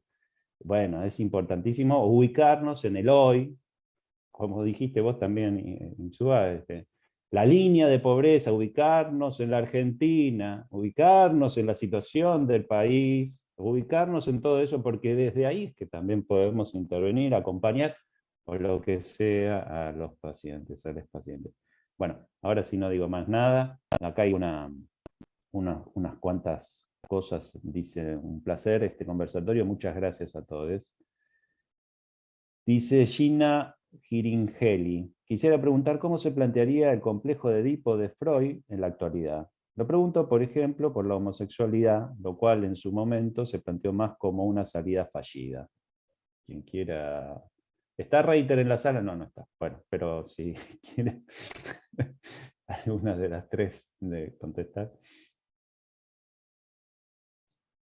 Bueno, a ver, tomo la posta. No, Reiter no está paseando por Barcelona, Reiter debe estar. Nuestro amigo Reiter y Nicolás hacía la chanza por Edipo Gay. el libro de mi amigo Jorge, que es una maravilla, cómprenlo, creo que editado también por Nicolás, sí, ¿no? Sí.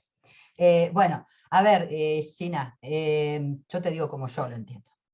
Me parece que la lógica edípica, en tanto, nada, esa relación amorosa que se arma en los primeros tiempos, en los primeros años, a una función materna, una función paterna, sigue existiendo, la leo así, función paterna y función materna, no un padre o una madre, porque no puedo leerla igual que la leía Freud, porque hoy hay familias que son dos padres, son dos madres, una madre o un padre.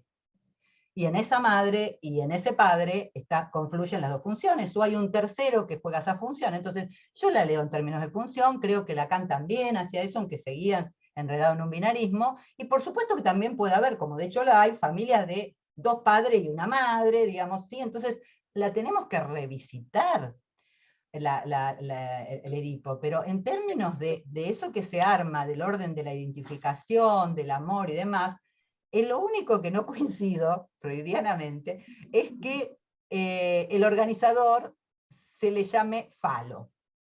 Pero entramos en otro tema, digamos, ¿no? ¿Por qué? Porque creo que el organizador es la falta, sí.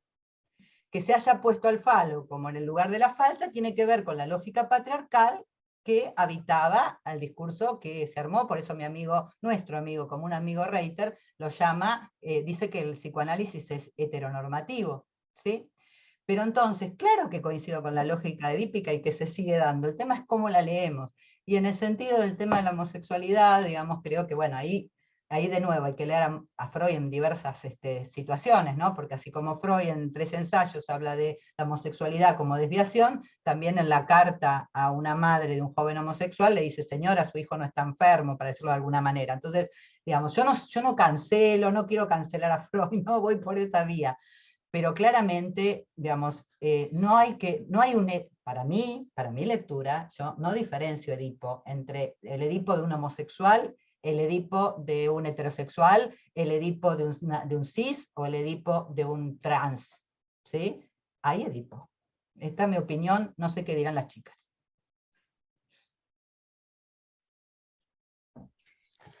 Bueno, me sumo, solo quisiera pensar en esto, ¿no? Y además, siempre fallido.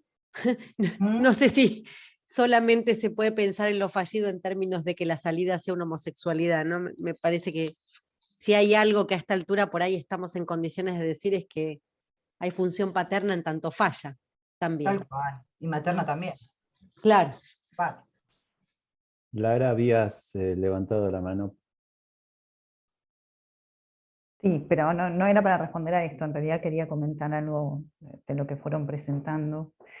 Me quedé con la cuestión del apuro, que me pareció muy interesante, ¿no? Y lo que me quedé pensando es qué significa nuestro trabajo, digamos, como analistas respecto de la cuestión del apuro, ¿no? Y me parece que uno de los grandes problemas que tenemos, que yo creo que seguimos teniendo, es que nos dejamos apurar. Nosotros también nos dejamos apurar, ¿sí? En el doble sentido de la expresión. Para los colegas que no son argentinos, quiero comentar que dejarnos apurar vale como dejarnos presionar, ¿sí? Dejarnos exigir por determinados discursos, no solamente apresurar, ¿sí? Y me parece que a veces nos dejamos apurar. Y eso es un problema que nosotros tenemos que resolver, porque efectivamente en la medida en que nos dejamos apurar, apuramos, ¿sí? No acompañamos, no acompasamos, no hacemos lugar a dejar pasar la falta, justamente. Y eso me parece que es un problema que tenemos nosotros. Y por otro lado, pensaba, digo, acuerdo totalmente con que nosotros no tenemos que trabajar en la línea del apuro, por supuesto, tenemos que resistir a esta tentativa de apurarnos, porque también me parece que el apuro va en la lógica de la linealidad, y si quieren, va en una lógica fálica y no en una lógica del no todo, tomando lo que traía Flor hace un rato, ¿no? Y eso también creo que es un problema nuestro, independientemente de si llamamos a la lógica fálica falo o no falo, que coincido con lo que decía Gaby recién, totalmente, pero digo, más allá de eso, no, me parece que ahí también tenemos un problema, que es que el apuro nos lleva rápidamente a la cuestión finalista, ¿no? Hay que tener un hijo, hay que definir el género, hay que definir la elección sexual en cualquiera de sus formas, ¿no? Los padres están angustiados, el colegio no sé qué, la mina se le pasa el reloj biológico y entonces hay que apurar. Entonces me parece que hay un gran desafío ahí, que es poder abstenernos y no dejarnos apurar. Y me gustó esto que contaba Gaby, creo que dijiste Winnie, contame y decime bien, donde decía que jugar es hacer y hacer lleva tiempo. Sí, es de Ah, realidad. ok. Bueno, me gustó mucho eso, porque creo que nosotros necesitamos hacer tiempo, hacer lugar al tiempo, justamente para entrar en el campo del juego, digamos, ¿no? Bueno, nada, eso me gustó muchísimo lo que dijeron. Gracias. Dorothy, habías pedido la Yo quería, palabra. no, quería agregar solamente, porque quiero dejar lugar para que hay varias personas que quieren hablar, me parece, pero no, quería agregar que también me parece importante, porque esto de la salida homosexual, ¿no? Como si hubiera el homosexual, ¿no? Quiero decir, hay tantos tipos de homosexuales, que hay homosexuales que salen porque es su elección, y hay homosexuales que salen reactivamente porque reaccionan frente al padre, frente a la sociedad, Entonces también me parece que hacer una entidad de el homosexual, la homosexual, con eso hay que también tener mucho cuidado, ¿no? Porque me parece que es singular también cada homosexual, ¿se entiende? No hacen conjunto, los homosexuales les pasa todo lo mismo. Y por otro lado, me parece que hay un cambio con respecto a la propuesta freudiana, para mí de la propuesta lacaniana, en la que no voy a entrar con respecto al Edipo, porque el Edipo luego pasa a tener diferentes escrituras en Lacan, en la que me parece que Flor dio algunas puntas cuando habló del nudo Borromeo, que se plantea como la estructura. Entonces también ahí se habla ya no del nombre del padre, ¿no? Los nombres del padre, real, simbólico, imaginario, son los nombres del padre. Entonces también hay muchas cosas, digo, y no es que no sirve una y sirve la otra, qué sé yo, pero digo, para que también no nos quedemos con una versión, sino que podamos también incluir que hay otras maneras en las que se puede hablar del Edipo, y coincido con alguien que dijo acá, el falo a mí me lo enseñaron siempre como el representante de la falta, que entiendo que la semántica del falo tiene un peso que efectivamente carga semánticamente toda esa estofa, pero me parece que lo tenemos que tomar como un operador lógico que permite guiarnos en la falta, en el agujero, para no caernos en el abismo. Esta es la cuestión, hace borde. Si hay falo podemos hacer borde mejor, digamos, que si no lo hay. ¿Listo? Para que sigan. ¿Puedo decir una cosita? Porque Sí. me parece genial lo que trae Gaby, y porque vi que ahí había una pregunta. A ver, por ahí acá, si hay otros colegas que van por esta línea, el tema, por supuesto que el falo, desde la lectura justamente lacaniana, el falo es el significante de la falta, claro. El tema, lo que uno se pregunta o interpela, es si no podemos empezar a dejar de pensar en términos del falo, digamos. Sabemos, porque Freud mismo lo dijo, que el falo no es el pene. Sin embargo, la remitencia todo el tiempo es al falo en relación al poder, digamos, al poder ejercido desde un lugar de dominación. Entonces, no es negar que hay un significante de la falta, solamente es decir, bueno, como dice también Jorge en Edipo Gay, o como pensamos muchos, solamente decir, bueno, que se haya tomado el falo no es casual, ¿sí? Se lee en una dinámica que tiene que ver con el patriarcado y con el sexismo. No es decir, no es que yo no, digamos, no voy a decir el falo es el significante de la falta. Lo que voy a decir es que esa elección no es casualidad. Y en términos de lo de Lacan, que por supuesto tomaba Flor la sexuación, y me parece que yo por lo menos leo las teorías de la sexuación en términos de justamente de todo, no todo, digamos, no lo pienso en términos de fálico castrado, digamos, ¿sí? O sea, pero que la lógica es genial para tomarla. Bueno, por eso creo que de la sexualidad también el psicoanálisis puede revisar un montón de conceptos y seguir sirviéndose, pero tomándolo desde otro lugar, digo, ¿no? Esta es mi posición, por lo menos. Está bien. Eugenia, Quería habilitarse el micrófono como para hacer una pregunta. Sí, ando con problemas con la cámara. Agradecer. ¿Se escucha? Sí. Sí, se Ah, escucha. bien. Les hablo desde Córdoba, seguramente se nota en mi acento. Bueno, muy agradecida por todo lo que han compartido. Y con la inquietud, yo trabajo como analista y también hace muchos años como docente en la Facultad de Psicología. Y desde estudiante a docente, esta cuestión que como analistas y como docentes siempre estamos aclarando que cuando decimos madre no es madre, cuando decimos función materna es más que la madre o el dato del cuerpo tradicional, digamos, y con el padre, digo, ¿no sería hora que arriesgáramos y dejáramos eso que decía recién Pedrotti respecto del peso de la semántica? O sea, el peso de decir función materna, no podemos seguir, a mi modo de ver, aclarando cada vez que es quien lo ocupa. No podemos hacer el trabajo de perfilar las funciones, de animarnos a tocar los modos en que nuestros maestros nombraron y empezar a nombrar nosotros la función con lo que la constituye a la función, ¿sí?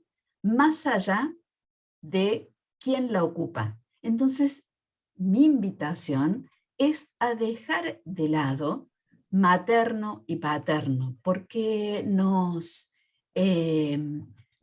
requieren siempre una aclaración, siempre estamos diciendo que estamos hablando también de otros y podemos ya innovar en ese sentido haciendo, digamos, o nombrando el conjunto de operaciones que tienen que ver con una cosa y que tienen que ver con la otra, ¿sí? Digo porque en esta manera a la que estamos tan habituados de aclarar, no es que tal cosa, por ejemplo, un aporte de Rodulfo que es importante, la idea de que hijo no recubre a niño. Y si seguimos nombrando al Edipo de manera tradicional, seguimos viendo hijos, hijos, hijos, hijos, hijos, recubriendo a niño, ¿sí?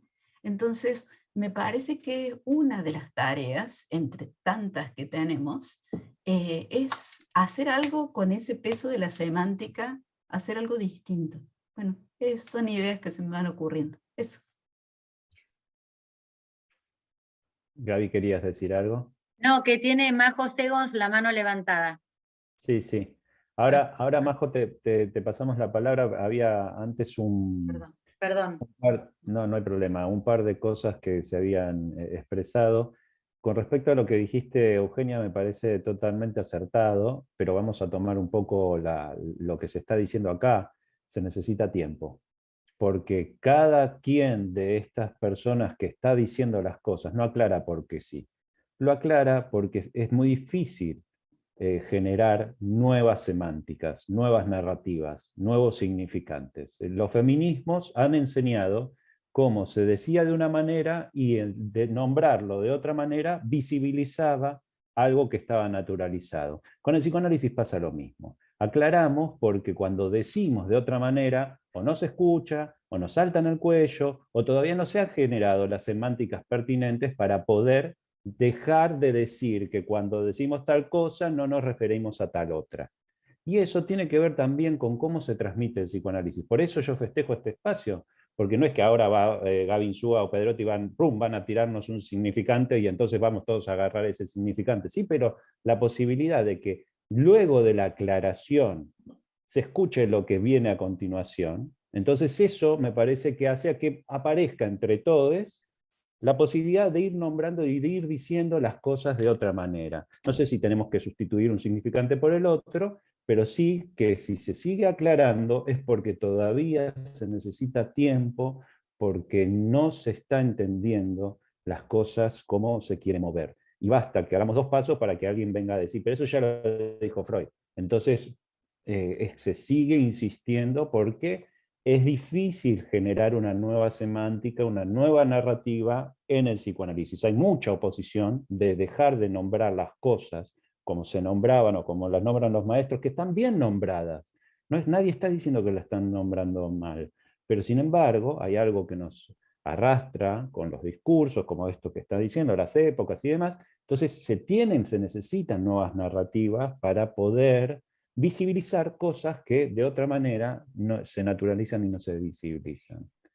Pero Ahí, aparte, agrego algo, ¿no? Agrego algo a lo que dice Nico, que planteaba Eugenia. Me parece que lo del tiempo es muy importante, porque si no me parece que el riesgo es esto de etiquetar, de que una palabra llegue porque es mejor que otra, o no. Yo entiendo lo que planteas y me parece absolutamente importante, pero creo que tenemos que ir diciendo en estos espacios, porque creo que se empieza a decir, este es un espacio que convoca eso, tenemos que empezar a decir cómo entendemos las cosas de otra manera para que el nombre caiga.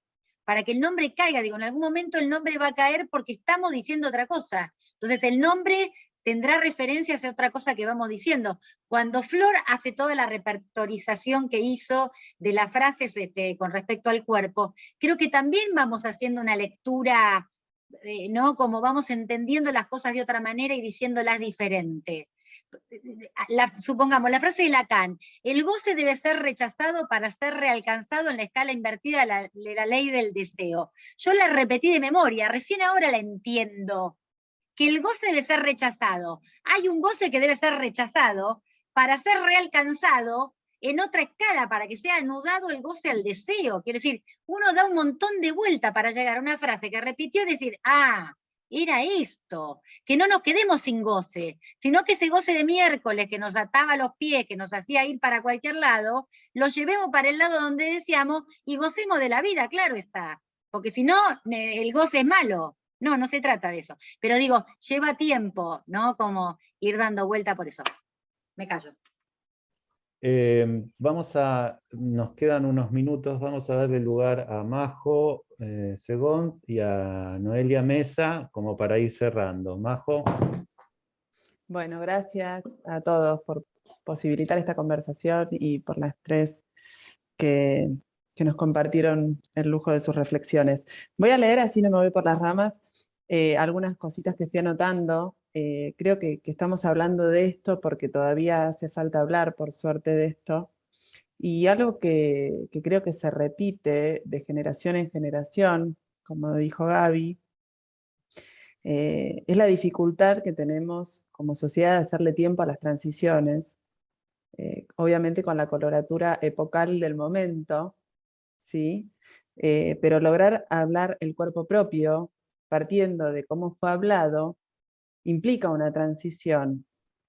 Y tal vez nunca fue fácil hacerle tiempo a esa transición. Jugar es hacer, y hacer lleva tiempo, como dijo Winnicott, y como por suerte lo vuelve a citar Gaby. Entonces pienso que para poner en juego al cuerpo en la escena sexual como encuentro con lo diferente, ¿sí? Implica ese tiempo. ¿Con qué se pone? ¿Qué es lo que se pone en juego en ese encuentro con la diferencia? Celebro que se pueda hablar de esta transición, a diferencia de otras épocas. De esto se habla, tal vez se trata de evitar el apuro por definir, por suturar, y hay que bancar y acompañar el poder decirse cuando eso decante. Y ese tiempo es singular, y eso tenemos que bancarlo. Tal cual. Gracias, Majo. Tal cual. Pasamos a Noelia Mesa. Perfecto. Ahí se escucha, ¿no? Buenas noches, ¿qué tal? Bueno, súper lindo el conversatorio. Primero, me resultó interesante cuando Gaby Pedrotti mencionaba el tema de los tratamientos de reproducción humana asistida. Me empecé a formar en realidad en la cuarentena en lo que es psicología perinatal, y bueno, las TRA, digamos, es un tema importante en relación a esto, y también lo pensaba con esto de la temporalidad, como hay muchas mujeres que pueden estar hasta 10 años, por ejemplo, o digamos, durante mucho tiempo en el tema de una búsqueda que las confronta con un sufrimiento importante, un padecimiento muy importante, y una puesta en juego del cuerpo, ¿no? Como que queda ahí el cuerpo en un lugar hasta de sacrificio, ¿no? Digamos, mediado por todo lo tecnológico, pero donde hay mucho sufrimiento ahí, y al mismo tiempo, pensando también lo que decía Gaby Insúa, de lo epocal y de la perspectiva feminista que ella tiene, que a mí me interesa mucho, nada, cómo lo piensan esto, ¿no? Porque también al mismo tiempo pienso que hay, obviamente, una apuesta, no sé si obviamente, pero hay una apuesta de un deseo ahí, ¿no? En esa búsqueda. Entonces, ¿cómo se puede articular, ¿no? Este deseo, pero al mismo tiempo, y el tope, ¿no? Con la edad, que hablaban del reloj biológico, que claramente para las mujeres representa un peso, y hasta qué punto también lo epocal, lo social, no empuja a una postergación, ¿no? Donde muchas mujeres capaz se encuentran con esto de, bueno, yo me hubiera gustado saber que capaz a los 35, 36, 37 se me complicaba, ¿no? Como esta cosa de, ¿no?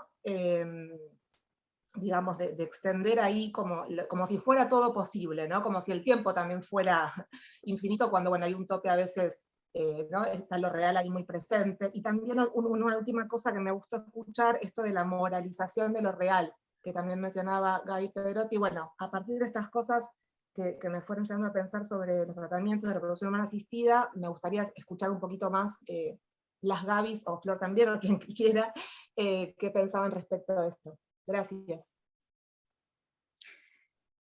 ¿Podemos responder o hablar, Nico? Yo los que les voy a proponer es algo, como tenemos que ir cerrando, Sí. Noelia, tenés que saber que gracias a que Lara nos ha generado todo este espacio, muchas de estas cosas que ahora se nos está como calentando el buche y queremos como seguir hablando, muchas de estas cosas van a tener su expansión, y va a haber un curso de Pedrotti con respecto a esto. O sea que estén atentos a las redes y demás, porque todo esto se va a desarrollar, todo esto se va a ampliar, todo esto se va a decir. Y me parece que esto es lo que justamente proponía Lara, ¿no? Esto es como un pantallazo, esto es un encuentro, esto es un diálogo, y ciertas profundizaciones se van a ir generando en cursos, en talleres y en demás cosas. Así que si pueden participar de eso, ahí es donde va a ser el momento como para brindarnos a toda esta profundización de estos temas que son tan ricos que no nos alcanza el tiempo, pero tampoco hay que apurarse para decirlos. Y por ahí podemos ir a Perla, y si querés, Lara, cerramos el espacio. Perla. Está. Ahí va. No podía desmutearlo. Buenas noches, muchas gracias. Un lujo. Las expositoras, a quien conozco es a Gaby Pedrotti, a las otras dos psicoanalistas no las conocía, y a Nicolás nunca lo había escuchado ni virtualmente ni personalmente, aunque sí sé de su recorrido realmente impecable, todos y todas. Yo lo que quiero fundamentalmente es agradecer, porque yo hace bastantes años que trabajo con personas trans. Por un lado, junto a ellas creamos un dispositivo de un grupo de pares, que eso no tiene nada que ver con el psicoanálisis, pero lo hacemos en un lugar público, como es el Hospital Muñiz, ¿no? El lugar primero se llamó Trasvivir. Bueno, no les quiero hacer toda la historia porque sería abarcar mucho, pero sí quiero hablar, y que con esto tiene que ver mi gratitud, con que hoy no me sentí sola en la búsqueda de mis respuestas a las preguntas que tengo de esta clínica, que son más preguntas que respuestas, ¿no? Porque tuve muchos obstáculos, entre los cuales me llegaban frases cuando empecé: uy, si hablamos de transexualismo, hablamos de psicosis. Entonces me encontré como, no el empuje a la mujer, me encontré como haciendo un empuje al diagnóstico, cosa que no es mi estilo ni mi ética en mi práctica. Por supuesto, me di cuenta y lo revertí, y entonces en lugar de pensar en el diagnóstico, empecé a pensar en las transformaciones de estos cuerpos, ¿no? Y una de las cosas en donde empecé todo este recorrido de cómo se transforma un cuerpo, lo que hasta ahora me doy cuenta que no hay un solo cuerpo, más allá de su elección de género y de sexo, más allá de todo eso, no hay un cuerpo que no sea transformado por el otro. Yo creo que en ese punto somos todas y todos trans, todos estamos atravesados por el deseo del otro, que es el deseo inconsciente del otro. Bueno, pero básicamente es eso, mi gratitud y que se repitan encuentros así, ¿no? Con estas características que, bueno, son muy necesarias. Eso, muchísimas gracias. Eso quería decir. Gracias, Perdón, Perla. Lara, antes de que cierres, Flor quería decir unas palabras, no sé si... Sí, muy cortito. Retomando algún comentario y alguna pregunta que habían hecho de si se puede hablar de falta sin hablar de falo, creo que era, ¿no? Retomo ahí un segundo. Y con esto de la intervención sobre la semántica, por suerte no hay semántica adecuada, ¿no? Me parece que, digamos, a mí me interesaría como transmitir esto, así como no hay relación, proporción adecuada, no hay brújula, ¿no? No tenemos un código ahí que nos oriente por dónde. Por eso decía que no es sin el artilugio, sin el artificio, sin la travesía, sin ese recorrido, que, bueno, toca acompañar. Palabra preciosa, me parece que si podemos empezar a entender que quizás nuestra función, nuestra posición, se trata de eso, ¿no? Y decía, así como hace un tiempo, no sé, Gaby, Pedrotti, ¿qué pensás de esto? Pero hemos logrado inventar una palabra que es la palabra ahijar. No va de suyo, no es algo que se suponga ni que esté enlazado a la posibilidad ni de parir, ni de engendrar, ni de poder dar un apellido, ¿no? Así como ahijar ha sido un significante que nos convocó en el resultado de ciertas búsquedas, por lo menos para quienes sabemos lo que implica atravesar por ese tipo de situaciones en las que hay que poner el cuerpo, también hay que poder sacarlo a veces. Creo que no es sin eso, y me parece que todas estas posibilidades de preguntarnos se sostienen en esto que quería decir, ¿no? No hay semántica adecuada. Eso es para celebrar, así que yo igualmente me despido acá, acompañé con una copita esta no celebración. traje mi copa. Este encuentro me parece que era para celebrarlo como también la Qué posibilidad de que trampa, sigamos hiciste trampa, construyendo. trajimos agua y vos trajiste flor de Y trajiste el sí, vino. No y vale, entonces eso les no lo- voy a eso- comentar. Perdón, me interrumpo porque tenemos que ir cerrando y quiero Sí, tomar 2 o 3 cositas. Primero, les agradezco mucho a los 4 que hayan participado hoy de esta manera en este encuentro.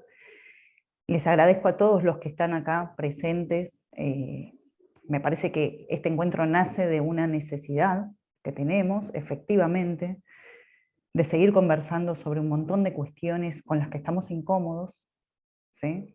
Y en donde necesitamos encontrar una mejor posición, que es a construir, que es con tiempo, y que parece que es juntos, ¿no? Y eso está muy bueno. A mí en lo personal me alegra mucho que sea este el espacio donde podemos, o uno de los espacios, digamos, donde esto se puede producir. La idea de la Cambigdata es esta, hoy lo hablábamos con Nicolás o ayer, no me acuerdo, la Cambigdata es un lugar donde poder decir de otra manera, ¿no? Y bueno, a la luz de todo lo que venimos charlando, eso es muy importante para nosotros como analistas. Y si bien no hay semánticas adecuadas, estoy totalmente de acuerdo, eso nos permite construir una, ¿sí? que nos quepa mejor, digamos, ¿no? Eso, con la que nos sintamos más identificados, si se quiere. Así que quiero agradecerles a todos, les recuerdo, si tienen ganas de traer propuestas de conversatorios, de charlas, de cursos, de lectura, de lo que fuera, escriben a lacambigdata@gmail.com y podemos acompañar la propuesta que sea, y efectivamente varios de los temas que hemos estado charlando hoy se van a ir desarrollando en nuevas actividades. Gaby Insúa está dando un curso sobre adolescencia, Gaby Pedrotti va a dar un curso sobre las técnicas de reproducción asistida, Flor, ya contamos con su presencia sobre un montón de cuestiones que solamente ella puede trabajar sobre Lacan y la cuestión oriental, y que es súper interesante escucharla.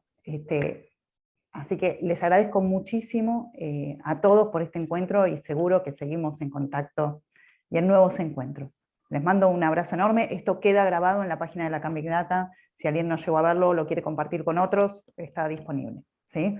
Les mando un abrazo a todos y cerramos acá, ¿sí? Chin, chin, muchas gracias. Gracias, Gracias por Lara. estar. Muchas gracias. Gracias. Lara. Gracias. Gracias. Nico. Muchas gracias. Muchas Nos gracias. vemos en el bar de la Gracias, esquina. muy claro, muy interesante. Muy bueno. Un placer.